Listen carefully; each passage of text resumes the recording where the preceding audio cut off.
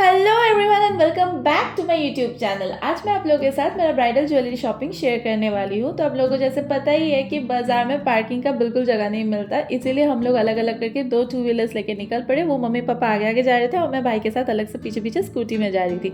तो हम लोग के घर से चंदन ज्वेलर्स बहुत ज़्यादा दूर में नहीं है, जस्ट बिकॉज हम लोग बाज़ार में ही रहते हैं। तो हम लोग के घर से रेजिडेंशियल एरिया से थोड़ा सा निकल के जाना पड़ता है और हम लोग जल्दी पहुँच गए, 5-6 मिनट का ही रास्ता था। तो वहाँ पे पहुँच के पहले हम लोग कुछ कलेक्शंस देखे, नेकलेसेस का, ईयरिंग्स का, और यहाँ पे बहुत प्रेशियस कुछ मोमेंट्स कैप्चर हुए। मम्मी मुझे अलग से पहना के दिखा रही थी, पापा भी दिखा रहे थे, and you can see the smile on their faces. वो लोग कितना खुश थे और सबको ही खुश थे। एक अच्छा पॉजिटिव वाइब और एक अच्छा मतलब हैप्पी मोमेंट्स क्रिएट हुआ था। तो ये सब मैंने कैप्चर किया, कुछ मैंने कैप्चर किया जितना मेरे से हो सका, जस्ट बिकॉज मेरे पे ही सारे एक्सपेरिमेंट चल रही थी। भाई ने बहुत सारे अच्छे क्लिप्स लिए, तो जो कि मैंने सब कुछ मर्ज करके ये वीडियो में डाल दी। अब मैं जब वीडियो बना रही हूँ, वॉइस ओवर कर रही हूँ, तो मुझे याद आ रहे वो सब मोमेंट्स।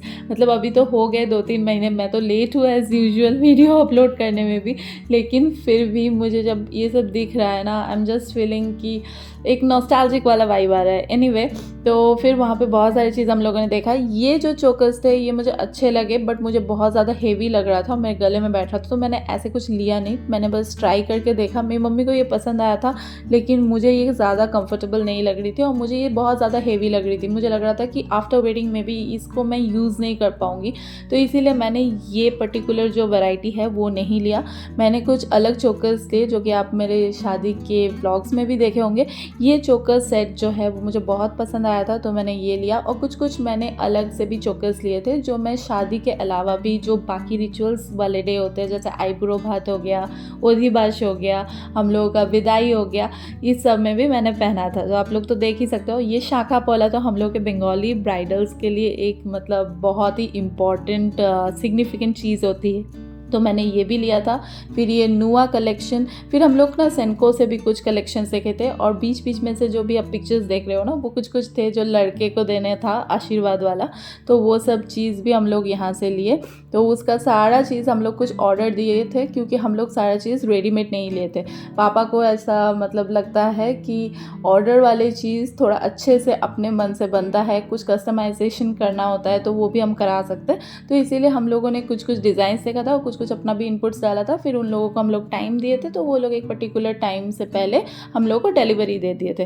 फिर उसके बाद हम लोगों को कंगन वंगन भी कुछ पसंद आया था, तो वो भी हम लोग चूज़ किए थे वहाँ पे। और ये एक दिन का व्लॉग नहीं है, यहाँ पे मैंने बहुत 2-3 दिन को मर्ज किया है। और एक दिन हम अलग से भी गए थे रानीगंज, उसको भी मैंने लास्ट में मर्ज कर दिया। तो आप लोग अच्छे से देखना, क्योंकि मैं पूरा ज्वेलरी जो शॉपिंग है वो एक दिन में तो पॉसिबल थी नहीं, तो जितने दिन में हम लोग अलग अलग करके गए थे उसका अलग अलग व्लॉग ना डाल के मैंने एक ही साथ में मर्ज करके दिया। और बहुत लोगों को शाखा पौला में ना वो ऊपर से जो लगाए हुए रहते हैं, चिपकाए हुए स्टिक करके रहते हैं, वो अच्छा लगता है। मुझे भी पर्टिकुलर वही पसंद आया था, लेकिन मम्मी ने बोला जस्ट बिकॉज मैं ये डेली यूज़ करने वाली हूँ और शादी वाला जोड़ा हम लोग को 1 साल तक पहनना है, उसको निकाल नहीं सकते, तो इसीलिए ये वाला पर्टिकुलर चीज़ जो फिश वाला देख रहे हो वो वाला नहीं लेके हम लोग जो एम्बेडेड होता है ना, पात जैसे एक अंदर से डाला हुआ रहता है, वो खुलता नहीं है और वो मजबूत भी होता है, तो इस वैरायटी का पर्टिकुलर हम लोगों ने लिया था। तो आप लोग अपना कमेंट बताना, क्योंकि मम्मी ने अपना एक्सपीरियंस शेयर किया, तो मैंने मम्मी के हिसाब से जो मम्मी को सही लगा कि मुझे लेना चाहिए वही मैंने लिया।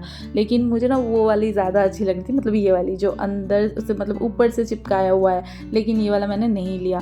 और ये मेरा नुआ था, तो कुछ चीज़ें लड़के वाले भी हम लोगों ने पसंद किया था, बाद में वो लोग पेमेंट बिलिंग वो सब कर दिए थे। तो सच में इनके पास बहुत सुंदर कलेक्शन था। हम लोग को जो भी चाहिए था वो सब तो हम लोगों ने ऑर्डर कर दिया, और कुछ चीज़ें थे जो हम लोग को बाद में लेना था, तो वो भी हम लोगों ने अपने मेजरमेंट्स वगैरह दे दिया। और यही फ़ायदा होता है, आप लोग अगर पास वाले शॉप में जाते हो और आपको प्रीवियस एक्सपीरियंस रहे कि वो शॉप सच में अच्छी जेन्युइन कलेक्शंस आपको देती हो, तो क्योंकि आप ब्राइड वाले टाइम में आपके पास वक्त नहीं होते है कि आप नए करके कुछ एक्सपेरिमेंट करो, तो बेटर है कि आपका जहाँ पे एक्सपीरियंस अच्छा रहा है वहीं से आप ले लो। फिर हम लोग वहाँ से निकल के गए सेनको गोल्ड में, क्योंकि हम लोगों का वहाँ पे जितना भी सब मेजरमेंट वाला चीज़ था वो सब हो गया था। उसके बाद हम लोग को कुछ रेडीमेड कलेक्शंस चाहिए थे, तो रेडीमेड कलेक्शन का कुछ नेकलेसेस और ईयररिंग्स हम लोग यहाँ से देखे, और नेकलेस ही पर्टिकुलरली हम लोगों ने यहाँ से लिया था, और एक ईयररिंग तो जो बहुत ही सुंदर था। यहाँ पे भी आप देख रहे हो, मम्मी मुझे ट्राई करके दिखा रही थी।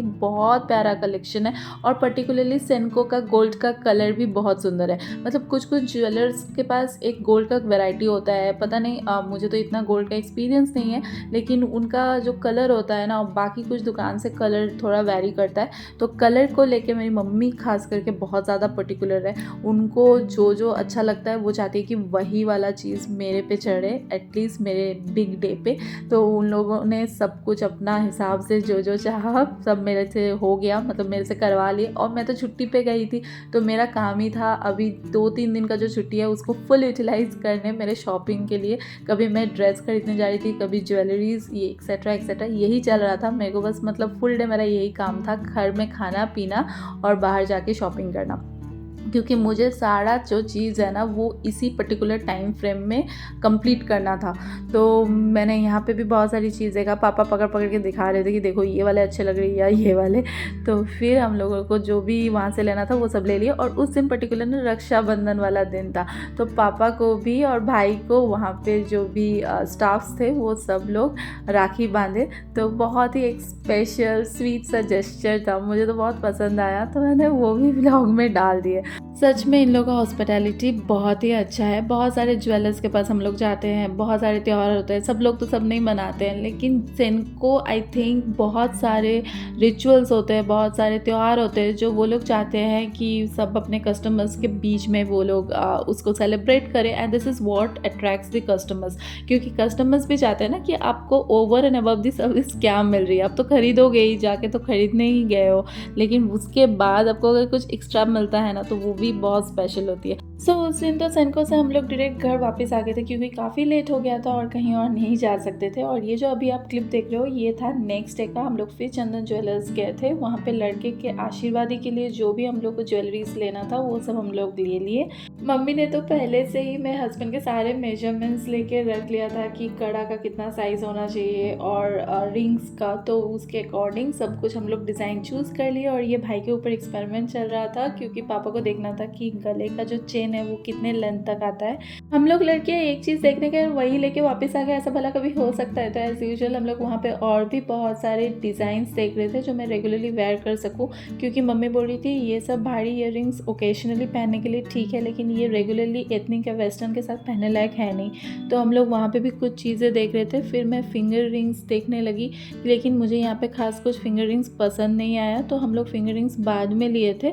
लेकिन यहाँ पे भी मैंने कुछ देखा था। ये सब जो फिंगर रिंग्स है ये हेवी ज्वेलरीज है, जो कि मैं वेडिंग के डे में पहनी थी, लेकिन ये तो अगेन रेगुलरली वेयर करने के लिए है नहीं। ये मैं कहाँ ही जाऊँ पहनने के लिए, और मेरे तो पतले पतले उंगलियाँ हैं, तो मैं कैसे पहनूँ? तो और ये जो एक आप रिंग देख रहे हो, ये लड़का का जो आशीर्वादी रिंग है, वो मेरे हस्बैंड का ये फाइनल रिंग नहीं था, क्योंकि इसके ऊपर भी मैंने कुछ मॉडिफिकेशन और कस्टमाइजेशन करवाया था विद अ स्वास्तिक साइन, तो वो बाद में हम लोगों ने वो सिंबल ऐड करवाया, लेकिन ओवरऑल गेटअप ऐसा ही टाइप का कुछ था।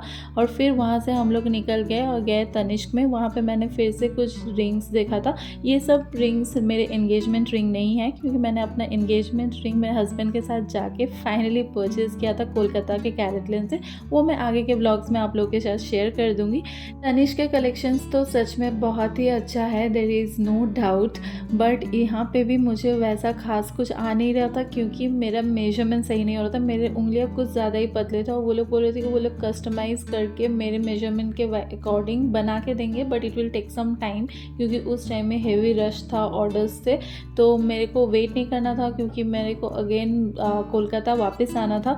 तो ये सब टाइमिंग्स मैच नहीं हो रही थी, तो फिर वहाँ पे हम लोग वेट नहीं किए ज़्यादा देर। एकदम बगल में ब्लू स्टोन था, but I must say blue stone के कलेक्शंस मुझे बहुत पसंद आए, क्योंकि वहाँ पे बहुत सिंपल सा डिज़ाइंस था जो कि बहुत यूनिक और अट्रैक्टिव था। और पापा तो वहाँ पे भी जाके अपने बड़े बेटे के लिए कड़ा वगैरह देख रहे थे। एनीवेज इन लोगों का ब्रेसलेट और रिस्लेट कलेक्शन लेडीज़ के लिए भी बहुत अच्छा है, लेकिन मेरे हाथ में उतना अच्छा जच नहीं रहा था, इसे मैंने अपने शादी वाले दिन मानताशाही पहना था, जो शायद अभी तक आप लोगों ने मेरे फोटोज़ में देख भी लिया होगा।